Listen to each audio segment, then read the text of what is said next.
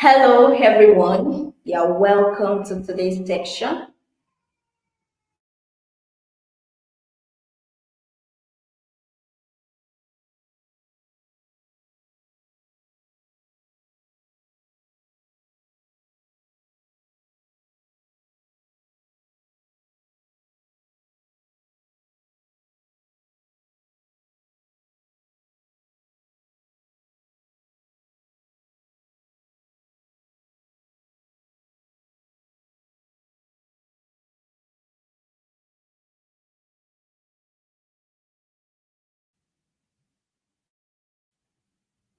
Thank you for joining us. I would also like to know where you are joining from all over the globe. Thank you so much. I am happy to be moderating today's section. Yes, good to have you all here. Thank you so much.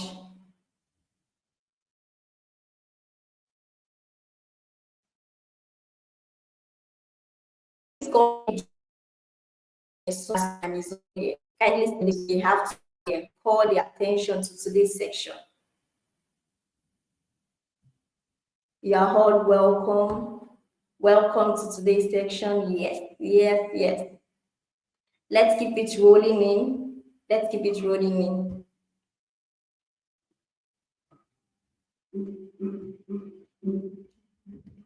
Thank you all for joining. Thank you for joining. Yes, I'm still waiting for you. I need to see you all. Yes, I need to see you all. You're welcome. You're welcome. You're welcome. You're welcome. All over the globe, I welcome you to today's section.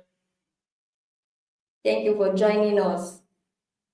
And today's topic is the business of music, a global perspective. So what comes to your mind when you think about this? What are your expectations from today's topic?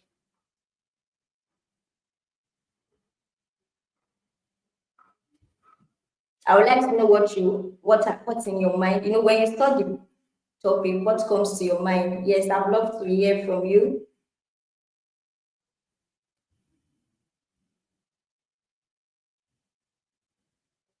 Yes, you're all welcome. Yes, yes, yes. Thank you. Yes, it's going to be a wonderful section. Yes, I can say to that.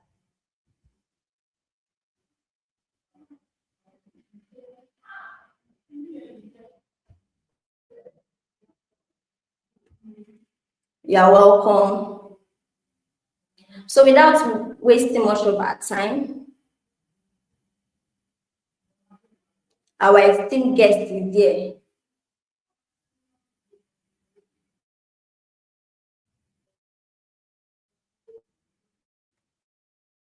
Yes, before I hand over, read his bio. Founder Kayode Adebayo is an innovator in the section of creative industries, technology, market development. His areas of interest are in creative industry, technology innovation, global market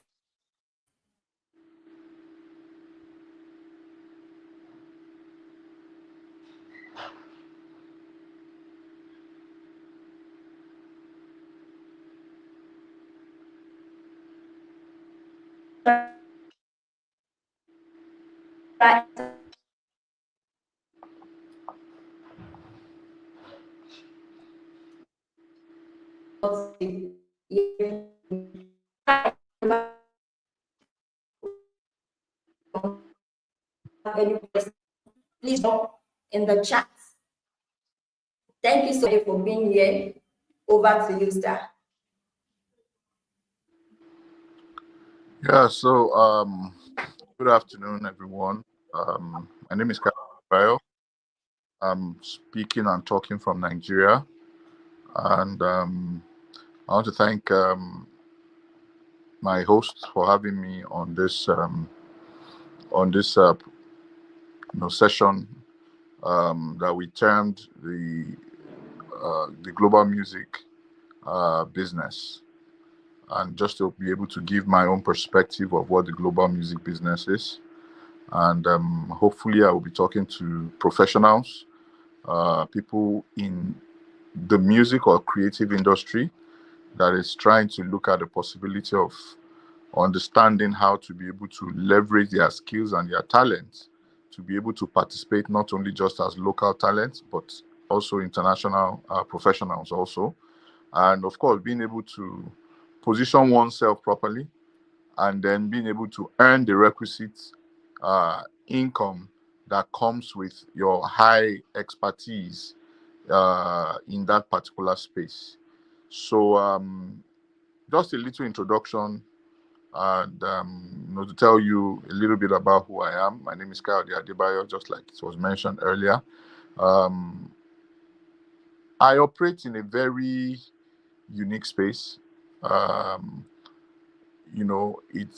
I can't say I'm fully in the music industry, which I am fully in the music industry, but not music industry in the way everybody knows. A lot of times when you hear people say I'm in the music industry, what goes into people's minds immediately is how he's a talent, or maybe he's a record label owner, or he's a producer, or all those kind of things. I don't operate that way. My music, I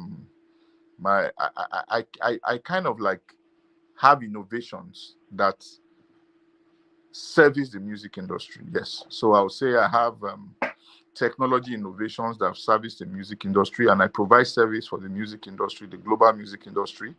Um, for example, I run a particular platform that trains people in the music industry, professionals and practitioners in the music industry, to be able to showcase their capacities and then to also operate as global practitioners also. On the platform, they are able to also network with local and international uh, colleagues in order to be able to take their products or take their music to take it internationally. And beyond that, I also run a technology company called crowd.com. And what does Crowd do? Crowd is a technology company that trains, verifies, and match music professionals with international employers that are looking to hire them, to be able to expand their music business globally. So what we do is that we look at professionals in the music industry on the African continent. We train them, they go through an upskilling process. And that upskilling process allows them to be able to attain global talent status. And we are able to now match make them with international employers that want to hire them in order to be able to support their expansion into the international market. We all know how big of a deal Afrobeat is now. We know how big of a deal Amapiano is, and quite some top music genres on the African continent.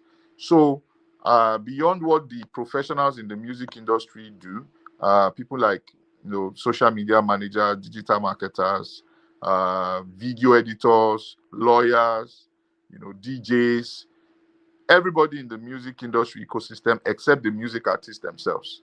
So we cater to all these people. We take them through a kind of like a skilling process, and we have quite a number of international employers that reach out to us every time that, look, I need a DJ for this. Oh, I need a a web developer for this. Oh, I want to build this particular product for the music industry. Can you help me manage that project? Can you help me hire the skills and professionals that can help me operate and help me deliver that project? So we have such offerings that come quite a lot. So what we do basically is to now look at what do we have within our talent pool across the continent, and then we make those talents available to these employers. The good thing about it is that when it comes to the African talent, to them it is very affordable. Because imagine if I'm in California, I might be earning close to $10,000 for being a middle-level graphic brand designer or graphic artist. But if I look into Africa, I might be able to hire that same talent or somebody that is even more exposed or somebody that has a lot more experience I might be able to hire that person for as modest as $2,000, which is almost like 70% more affordable than if I was hiring in California.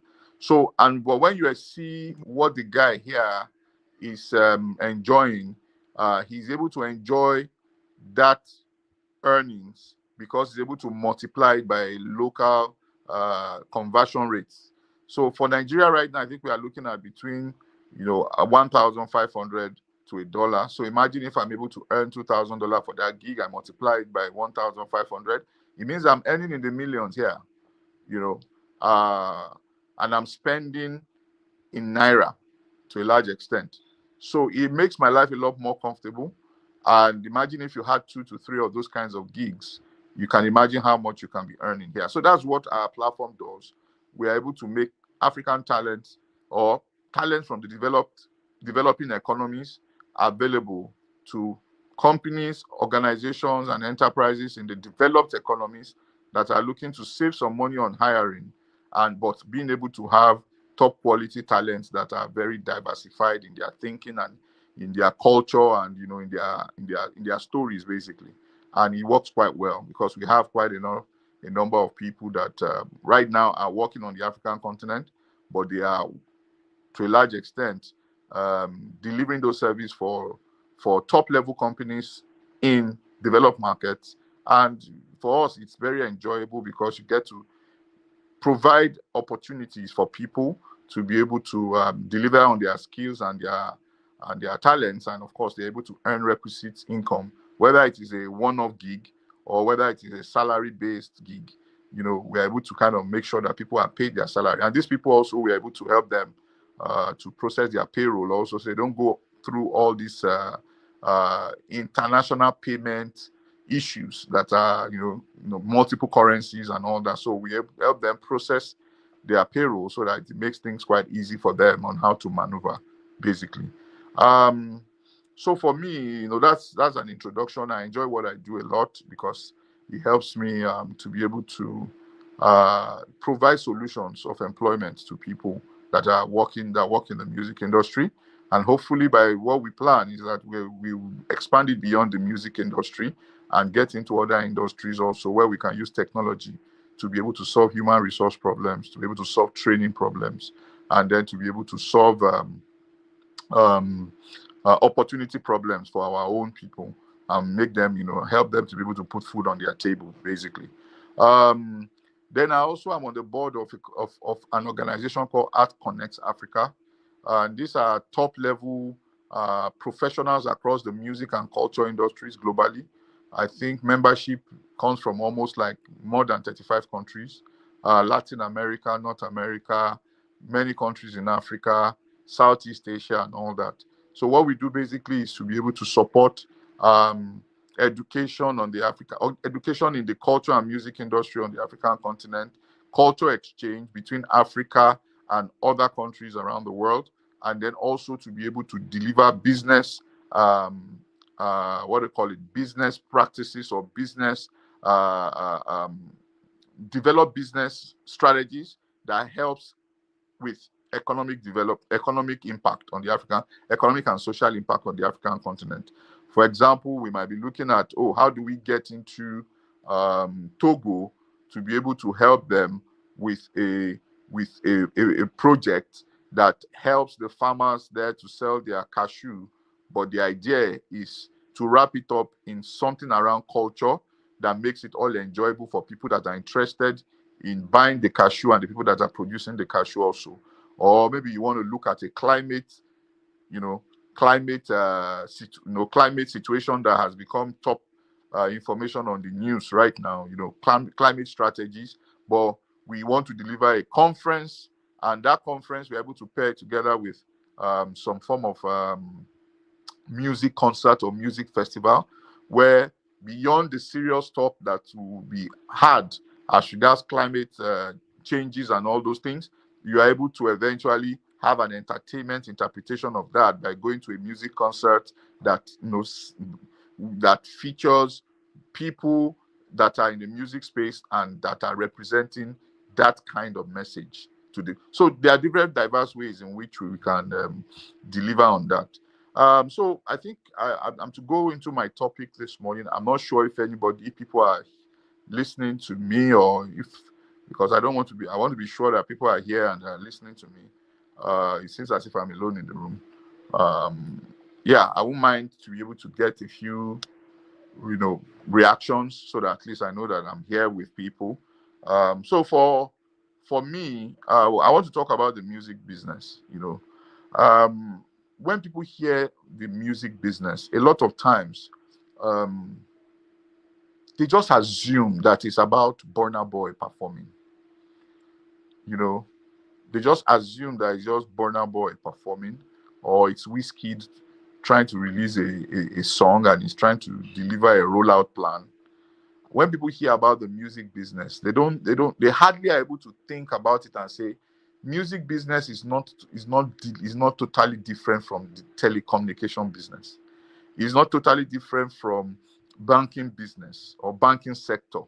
You know, it's not different from the schooling or educational business. Every business is broken down into a few parts. Number one, the ideation aspect of that business. And when I mean ideation, the idea, the thought, when they say, oh, I have an idea. So that's the ideation process, right? So you have the ideation, you're able to put the ideas together properly and all that. Then you enter into the next stage, which is the implementation. When you say the implementation, now you are targeting products or services. So most likely you are looking at things around production. So from ideation, you get into production. From a production perspective, you start to enter when you have created the product or the service, you want to be able to package it in a way where it has a unique message or it has a unique outlook that stands out before you start to look at how to take it into the market. So we are talking around ideation, we are looking at production, then we are looking at packaging. Then after packaging, you start to look at things like distribution. How do you distribute the music product? How do you distribute the music service for more people to be able to have easy access to it, to be able to consume it? So that's another area of the music business. Then beyond that, it's like you wanting to sell something, but you are first distributing it out in order for it to be with the distributors, in order for it to be with the wholesalers, for it to be in the shop. So imagine as if it's a supermarket, right? When somebody supplies goods to the supermarket, the first thing that happens is that it's placed on the shelves for people to be able to have easy access to it. People that have information about that product existing, they want to come there, they want to take the product, and to a large extent have easy access to being able to take that product and be able to use the product. So distribution, very important in every business. And then we now start to look at sales. So now it is on the shelves. Everybody knows that it's on the shelves. But how do you drive sales? How do you create incentives to be able to allow people to be able to buy as much and as many as they need to buy? Imagine your toothpaste, right? How do they get you to buy your toothpaste? So that when it finishes, you go for the same brand every time. To a very large extent, you go for the same brand every time, and you keep restocking and you keep restocking, because it's a lifelong. It needs. It's a product that continues to be with you for all your life, because you have to brush your teeth. Dental hygiene is very important. So that's the same way it is for music also. You have music. How do you access the music? How do you consume the music consistently? Those are things to be able to factor in. Then you now start to look at collecting your payments. Collecting the payments when you have made sales already. So how do you now collect that payment? So when you look at all these things I've mentioned now, it's more around, it's like they call it the value chain of music. They call it the value chain of every business. Every business has a value chain. Every business has a supply chain. So what we just talked about now is the supply chain and the value chain of music. And the thing around it is that it is not only a local. What we have mentioned now is not only a situation around. It's not a look. We've not mentioned a local structure here. That is how it happens on a global level. That is how it happens on a global level. So when you start to look at the whole industry from the top, that whole value chain, that whole supply chain, you now get to understand how many staffs, how many staffs and how many professionals are needed in the music industry to be able to run on a day-to-day basis. You have people that are in the place of strategy, thinking around the ideas. You have people that are in the area of discovering the talent. You have people that are in the production area of the business, the packaging area. Different areas. You have to have people there operating. Except in modern day now, when we start to look at things like AI, which of course I think in maybe any of this series we'll be able to talk about that soon. But for now, let's just kind of like focus on what we're talking about. So that's like the different layers here, and there are people at the different layers there that apply, that need to work together in order to come out with that one product. That one product can now be a song. That one product can now be an artist, to be able to stand in front of the stage and be able to share an experience and deliver a fantastic performance in front of thousands of fans. The good thing about it is that a connection happens when they do that, and those people go back again and they want to go and look for products that are attached to that particular artist and buy again, whether it is the music, whether it is some form of products attached to the artist, maybe like merchandise or even an experience. For example, an artist can be in a film. They want to go watch more of that film because they've enjoyed that experience with that artist. So that's how that whole process is laid out. Then when we narrow it down in the music business on a global level, even on a local level, you want to produce two things. Number one, you want to produce the songs, which is what people consume, the songs. It's like products. It's like the Nigerian bottling company now producing Sprite or producing Coca-Cola or producing which Fanta. So there's a bottling company, which is the manufacturing and the production plant. Then there's the product that it churns out, which is this, and when you have one Coke, you can imagine how many Cokes. For example, the Nigerian bottling company the global Coca-Cola company produces 2,000 bottles a day. So you can imagine the volume of production that needs to happen in order to be able to service the demand that is available, the demand for that particular product. And we've not talked about Sprite, we've not talked about, and when you look at all those things are all products that go out, and each of those products are marketed differently because they are targeted towards different particular users. So that's how it is also. For music, it's two things. It's either you are producing songs, but those songs are created by talent brands. So in the music process, you are creating a brand, which is the talent. Then you are creating the products, which is the music. And that's how it is. So for example, you have a Drake, and he releases a song. Drake is a brand. Then the song that comes out of Drake, he releases a single. That is a product that goes out. And when you look at that whole process, Drake as a brand is being worked on daily in order to appeal to a certain demography. A lot of research have gone into it to be able to be sure that these are the people that Drake speaks to. These are the people that Taylor Swift speaks to. These are the people that Burna Boy speaks to. And one way or the other, those people are consistently enjoying the experience that particular brand is able to deliver to them. So now it now becomes something around the lifestyle. So what is I always tell people, I say, for example, a whiskey in Nigeria is an artist brand that sells motivation. Oh, I came from Oju Elegba, and now I am at the world stage, and I'm working with Beyonce, and to a large extent, I win a Grammy for that particular project that I did with her. That is an artist that is selling motivation to his audience. So anybody that wants to be motivated, anybody that has a dream, that is thinking of how to be able to go on this journey and be able to make sense out of it, wants to connect with an artist like a Wizkid, because the story that he sells is very appealing to them, and they see themselves, it's very relatable to them. They see themselves inside their life, because that guy might be in Magodo, that guy might be in Long Beach or in Compton, in the US, in a ghetto, or that guy is somewhere, maybe in London or he's in Southeast London somewhere in a kind of like an urban, ghetto type place. But he's aspiring that one day I'm going to be at one penthouse loft in New York, and my music is going to be the what will take me from here to there. So inspiration, right? I said a brand like Davido does not sell motivation. What he sells is aspiration. So when you see him wanting to fly in his private jet, he's bringing out his gold wristwatch. He's making you see that, oh, if you hustle, you can always get it, get there also just the way he has gotten there. Or if you don't give up and you keep putting all the energy into it, you are going to make sense of your career and all that. So he sells aspiration. Everybody wants to aspire for the private jets. Everybody wants to aspire for the Richard Mille wristwatches. So he sells the lifestyle of aspiration. Then there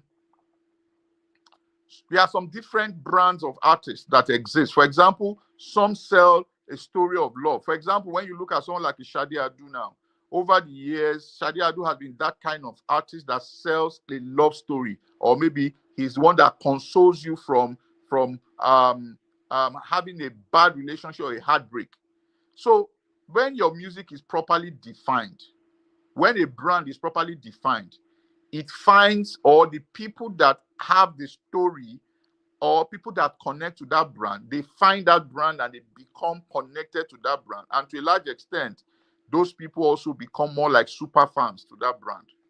Then they are the people most likely that now consume the product that come out of that brand. And the product can be multiple ways.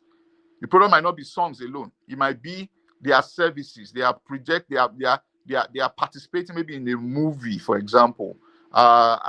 People want to buy the movie because their favorite artist is in the movie, or the favorite artist songs are used as a soundtrack of that particular movie. It connects them, and there's a lot of emotional connection there. All these things I just mentioned now eventually translate into some form of commercial value for the artist, especially when all those things are properly and well defined.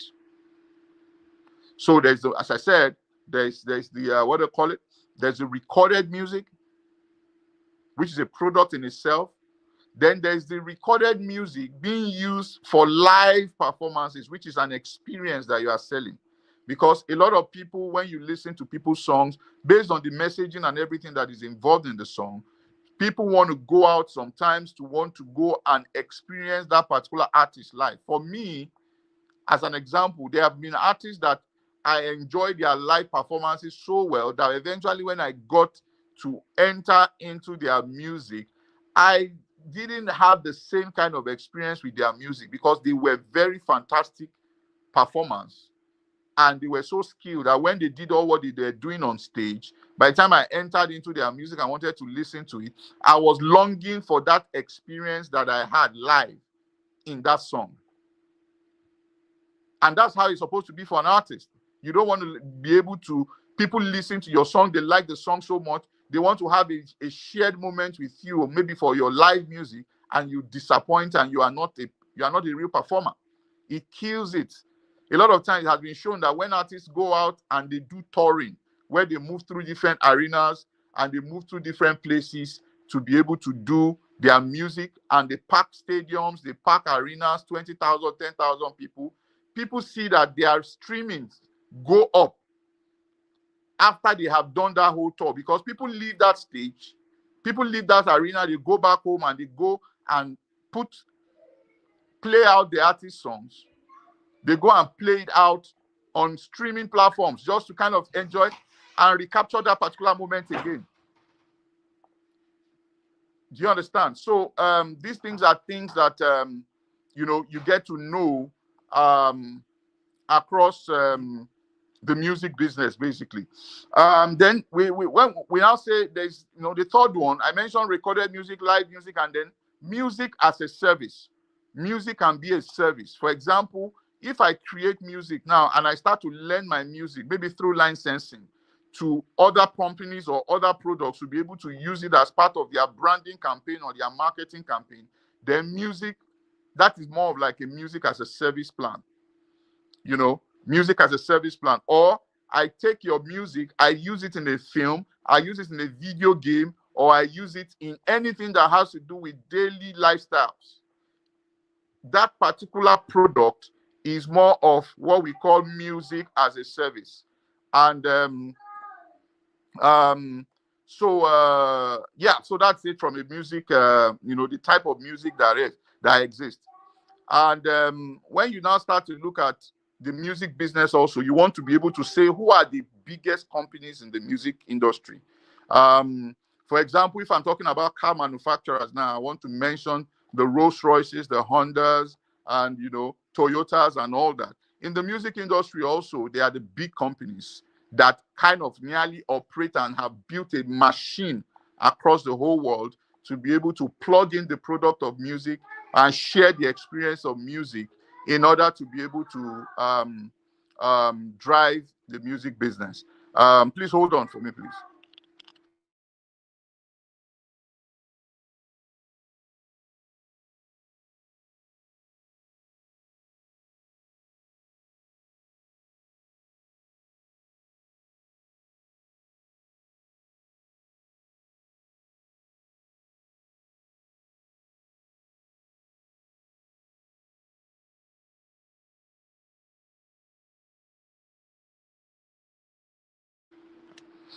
Sorry about that. My son needed my attention, so I had to kind of quickly sort him out. As I was mentioning, there are companies that are really the global behemoths when it comes to the music industry. We have like 3 or 4 of them. We have Warner Music. Warner Music is one of the biggest music labels in the world. And Warner Music, for example. So how they operate basically is that there's a big music company. Then there are now music labels that build the brands, build the artists, and create the music. Then these people, they plug into the bigger distribution structure of these big companies. Most of the time, the big companies also, knowing and understanding the level of talent that you are bringing forward, they power and sponsor, kind of like they fund that particular company. They fund that company to be able to produce the music, to create the artists that produce the music, and then those music are supplied, to the central bigger company for global distribution and to build experiences around that music that gets a lot of people to want to participate in consuming the music, and that is how they generate the revenue. They always have a contract structure to that, from the major label to the boutique label, and then to the artists themselves, and that is how it's done nearly on a global. So you can have maybe like 20, 30, 50, even 100 companies operating maybe under Warner Music, for example. Just to give an example, our own Burna Boy is plugged into Warner Music as a bigger company. So you see the Spaceship record label that he has, most likely is plugged into partnership with a company, and then that company is the one that is plugged into the bigger label, and there's a kind of sharing structure that happens that way. These people are able to fund this particular smaller company in order to be able to give Burna Boy all the necessary resources that he needs to be able to produce the kind of music that he produces. Whether it is, and then we found out that a lot of these label companies right now, nowadays, they even go into bigger contracts with these artists where they call it 360 deals. Beyond that, what they do is that if this artist is not only just about recorded music anymore, every activity that the artist is participating in order to generate revenue, they want to be part of that. If you're a big enough artist, they can power that for you in order for a revenue share to be able to happen. So some of those companies, we have Warner Music, then you have Sony Columbia Music. Our Whiskey, is under Sony Columbia, under the RCA imprint of that. And then you have Universal Music. So Universal Music just invested into Maven Records recently. So when you see an IR Star, you see a Rema, and you see all those guys. Those guys are on the global level, they are Universal Music artists. On the local level, they are Maven artists, but on the global level, they are Universal Music artists. So those are like a few of the companies that are like, they call them the big three now. They call it the big three because most of all the record labels that are plugged into any of three of this. And the size of the music industry right now, from what we know, is about like a $30 billion business. The global music industry. So everybody is trying to find and capture market share from that. Yeah, so the more music you have as a record label or as a record company, the more opportunities you have to be able to monetize music. Because if you have a catalog of music, when your music is sitting down with Spotify, when you see all that catalog that Spotify has, where you can go in and stream, is because the music company owns a share of Spotify, and the arrangement that they kind of use that for, it was like a bargain. I will give you all my music catalog to be on your platform so that people can come and stream and enjoy it, but I own a percentage of Spotify. So that's how those arrangements happen. Then when you have a catalog of music, out of your catalog of music, people can decide and say, okay, I need your catalog of music. I want to use it to develop my video game. So in a video game, for example, you might find out that it has a soundtrack of almost like maybe like 100 songs throughout the whole stages. Those songs were borrowed or they were licensed from another company that owns the major catalog. And there is a particular payment plan that comes with those. So music can be used in different ways to be able to kind of generate revenue for those companies. That's why you see that, this whole record label situation that is always happening between a lot of artists and their companies is all about the catalog, because it's about who controls the music. Just for an example, Ashake delivered 3 albums to YBNL. 3 albums to YBNL. Olamide is the owner of YBNL. It means that YBNL owns 3 of those records or 3 of those albums that Ashake created.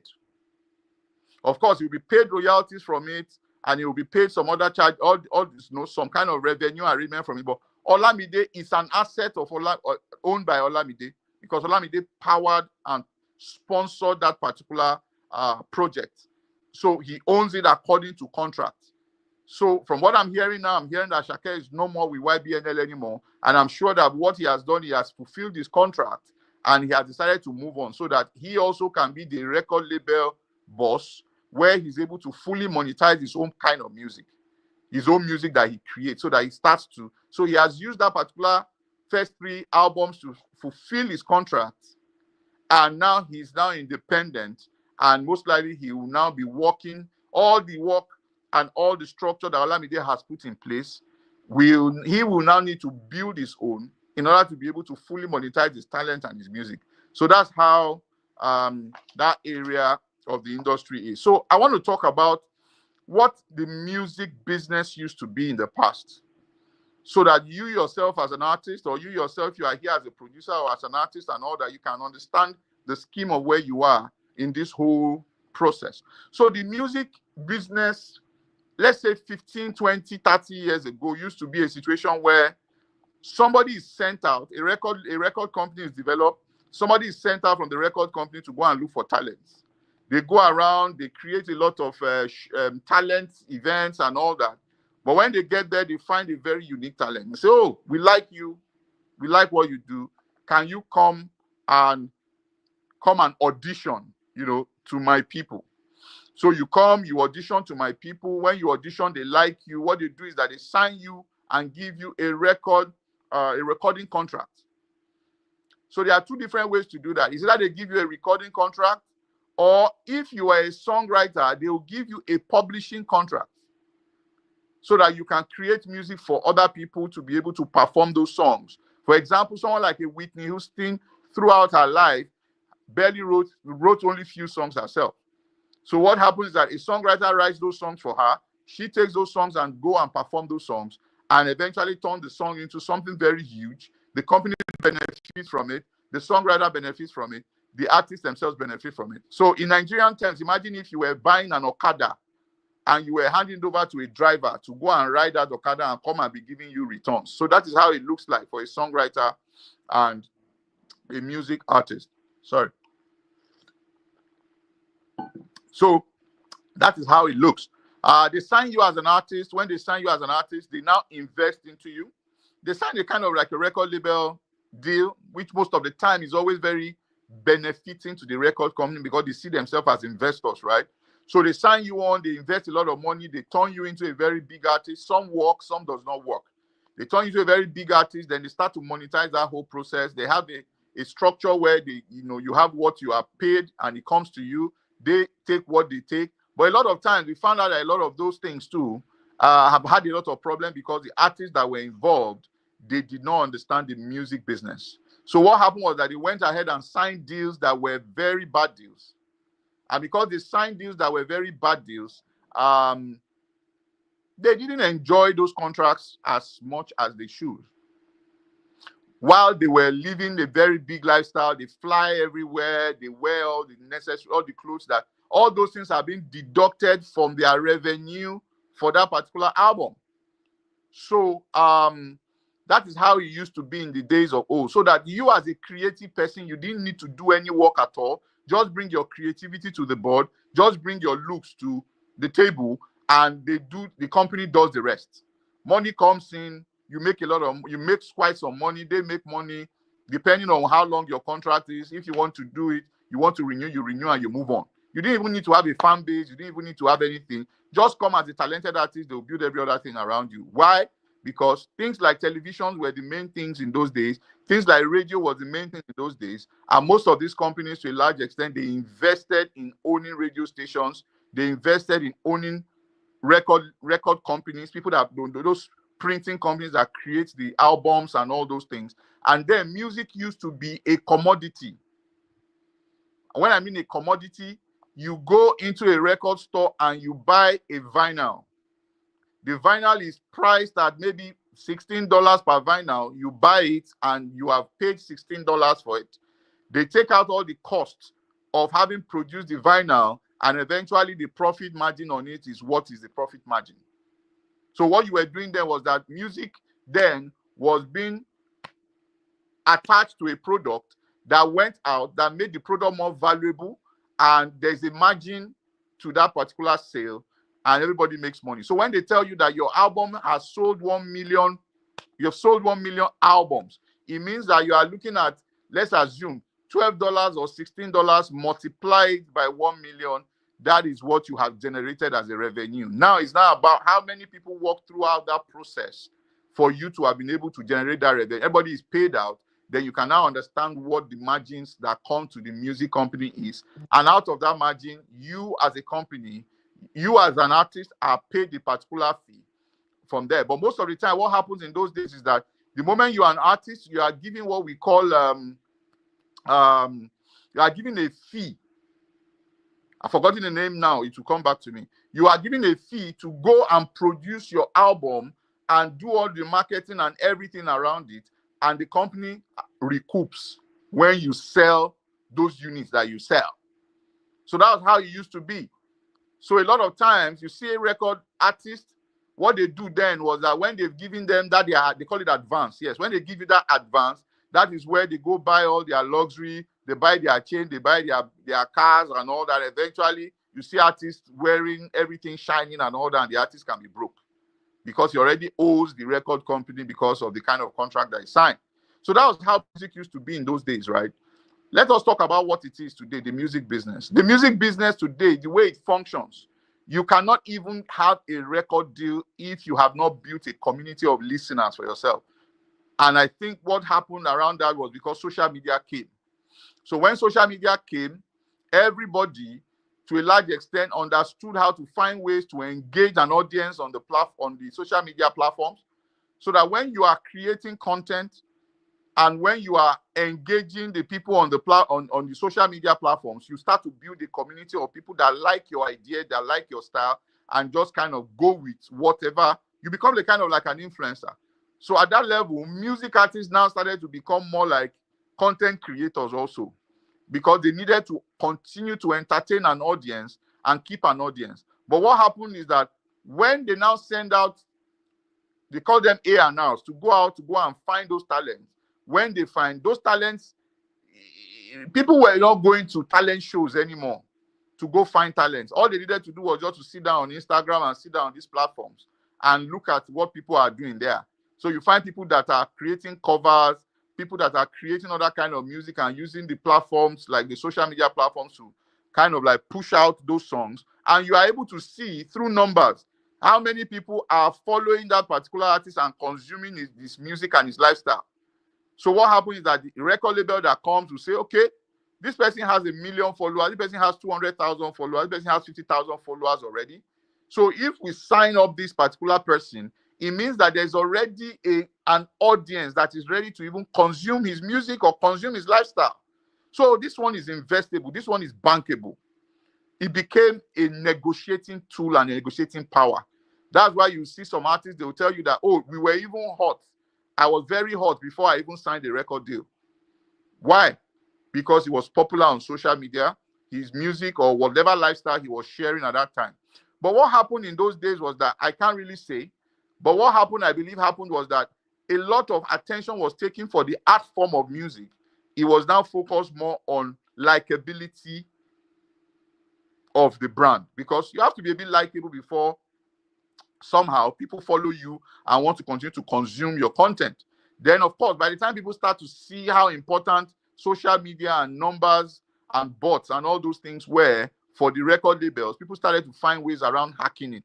For example, I can do collaborations with another content creator when I create my music in order to be able to give me range. So what that did was that instead of me, the music labels, going to pay TV stations, going to pay radio stations, somehow they were looking at owning the channels that these artists are on. For example, when they sign you, they take control of your social media and all those things, and they start to pump it up and they start to drive it in order to be able to have, for you to have a lot of more engagement. So somehow it became part of, numbers became very, very important, metrics. For example, you are talking to a record label executive, what is asking you, how many followers do you have on Instagram?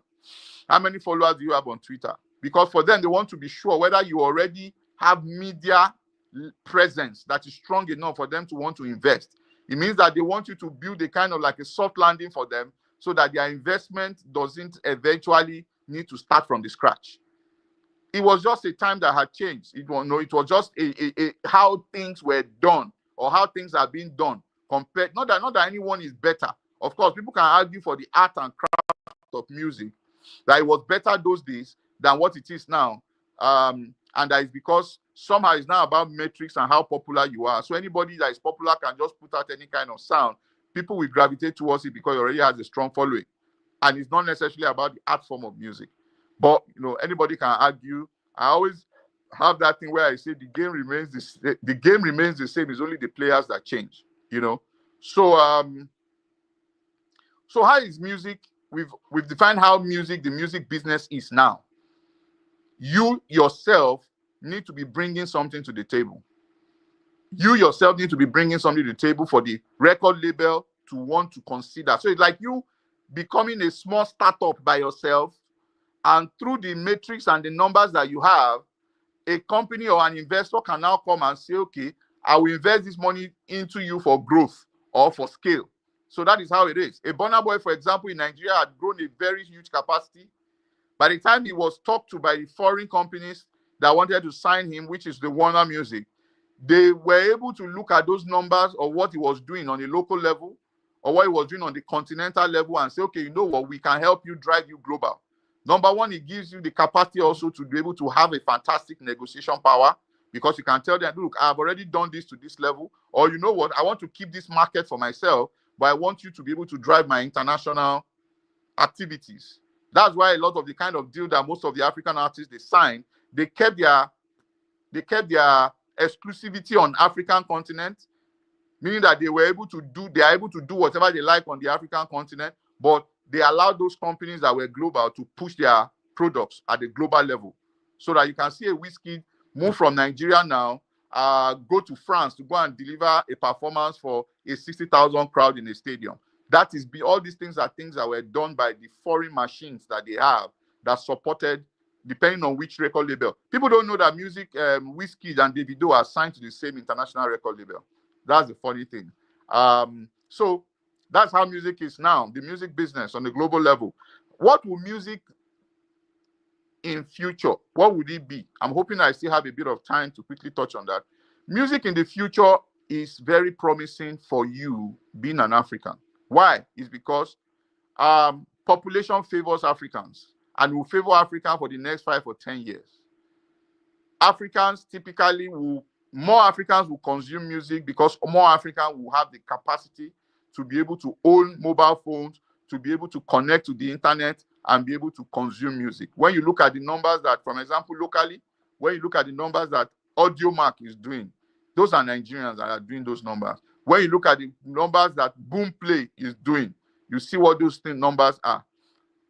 Nigeria is the most populous black country on the earth, and by far the most populous country on the African continent. So you can see how Nigeria will be, how important Nigerians will be in this future of music consumption. And the reality of it is that music will always move in the direction of where it is being consumed. The business will be designed, to support the consuming patterns and the people that are consuming the music. So the good thing about it is that Nigeria, yes, you can talk bad of your country, you can do a lot of things, but let me tell you, the reality of it is that the future in which we have ahead of us from a statistic point of view, from a data perspective, is African. So you as a music industry professional now needs to find ways to position yourself in order to be able to, have a part of what is coming. Meaning that more music will be produced on the African continent. Like yesterday or day before yesterday, I saw this guy in the Quavo in Migos was already in a studio with P Prime. P Prime is one of these one young producer that works with Olamide a lot. They were already in the studio in the US to do songs. I'm not sure if you know that this album, Chris Brown's album that won the best R&B album, there were a lot of African, a number of African producers on that album. Chris Brown, for the past 3 or 4 years, has been working with a lot of African producers and African songwriters to be able to create music that has gotten him to the level. We know the collaboration that has happened between him and Wizkid, collaboration that has happened between him and Davido, and we see how successful all those collaborations have been for his career. We can say to a very large extent that African artists sustained him while he was having a lot of social issues with his core fan base, which is the Americans. So that's how important Africa will be. And this is just the beginning of it. So if I were you right now, I will be coming to a place like Crowd, our platform, crowd.com, to come and look for training and upskilling opportunities, to come and look for career development opportunities, to come and look for project opportunities, to come and look for job opportunities that are able to help you grow your career and then be able to put good money in your pocket. So something like what we are doing now is our own intervention into the music industry, which is more of like weekly seminars like this, where experts will come on the platform, will come and talk to people about understanding better the music industry and how it is at a global level and different areas, because we want to be able to talk to producers separately, we want to talk to DJs separately, we want to talk to lawyers separately, video editors separately, and all that. So we'll be having things like this that we consistently do in order to be able to support the industry and help people to be able to skill themselves fast so that they're able to be available for those opportunities that are coming. Those opportunities are here now because, of course, as I said, we already have a lot of people hired here on the African continent that are servicing international companies, where when they write their profile out, you will imagine that this guy has not traveled out of Africa before. How come he's able to bag this kind of job opportunities with these particular companies? Those are things that technology is able to deliver. And that's why we created a platform like Crowd to be able to help with that intervention, where Africans can come and project themselves professionally, and then we are able to walk around international job opportunities to be able to help them get those opportunities and be able to kind of drive a fantastic career where they earn well and be able to live well, take care of their families, and continue to grow, basically. So then we have our once in a month mixer, physical mixer, that will be doing in 4 or 5 cities, Ibadan, Lagos, Port Harcourt, Abuja, and one other place I can't remember. So we are looking for partners in those markets also, so that we can have all this once in a month mixer where we can bring the whole industry together to come and talk about what the progress, people's progress are, and then of course be able to find opportunities, have fun together, learn together, and then of course be able to kind of like, you go on board the platform, you register, you put your profile on the platform, and then you leave all the rest to us for us to be able to kind of plug you around. So it's been fantastic talking about the music business and the international outlook to the global outlook to the music business. I'm hoping that I did not talk, make statements that kind of flew over your head. If we have those kind of statements, please, can you just kind of put those questions in this what they call the comment section? I'll be glad to be able to respond to those questions, and maybe along the line be able to meet on a one-on-one and be able to enjoy each other's company and talk more about the music business. It's been really fun, taking time to be able to discuss what I like, what I love the most. And I'm hoping that very soon we're able to come here again and meet each other and have another topic to be able to discuss about. Thank you very much for having me.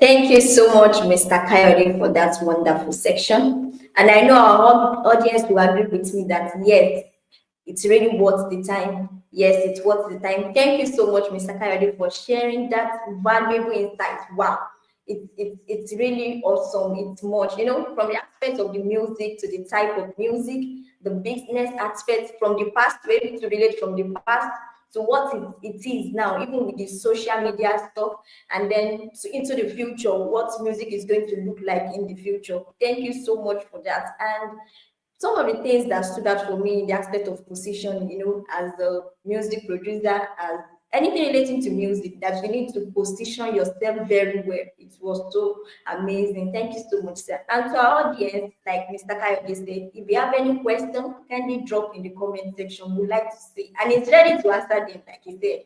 Thank you so much, sir. Thank you so much. So while we wait for the question, I have a few announcements from here. While Mr. Kayode was talking, he talked about updates, he talks about opportunities, and he also talked about wanting to know more. Yes. So from there we come up. There's an upcoming section for this month, for February. Yes, this February we have an upcoming section which is navigating the global music landscape, strategies for producers, on the 26th of this month. And you won't want to miss that. From everything he has said today, you want to see more, you want to learn more, you want to grow more when it comes to music and the global aspect. And also on the 28th, we have the understanding the music industry and the role of brand designers. So we must invite someone, even if you don't have to be here alone, you have to come with someone. And also, in the aspect of the opportunities, visit crowd.com. You can see more updates about our upcoming sections, either weekly or monthly. You can see more based on the opportunities, like you have said, and you won't want to miss that. Yes, thank you so much, Mr. Kayode. And I don't know if we have any questions so far. Oh, okay, we don't have. So if you'd like to ask any question, you can visit the crowd.com. And I don't know if we have anyone joining us for the very first time. I would like you to signify, we need to know you. Okay, if none is coming at the moment, we would like to thank our sponsor for making today's possible, One App. Thank you so much for partnering with us. We are grateful. Yes, we are grateful. Thank you so much. And even to our amazing audience, thank you for joining us today. We would love to see you more often. Follow us, yes, follow us on social media. Thank you so much. Thank you so much. Thank you so much. Okay, before we go, I would like to thank some of our audience here. Joanne, thank you for joining us. Joshua Oyeshola, thank you for joining us. Ayomekun Adedeji, thank you for joining us. Timmy, thank you for joining us. House of Eagle, yes, thank you for joining us. Adebayo, Adebike, thank you for joining us. And to every other person, so sorry I couldn't call you, thank you for joining us. So when I see you again, keep learning, keep growing. Bye for now.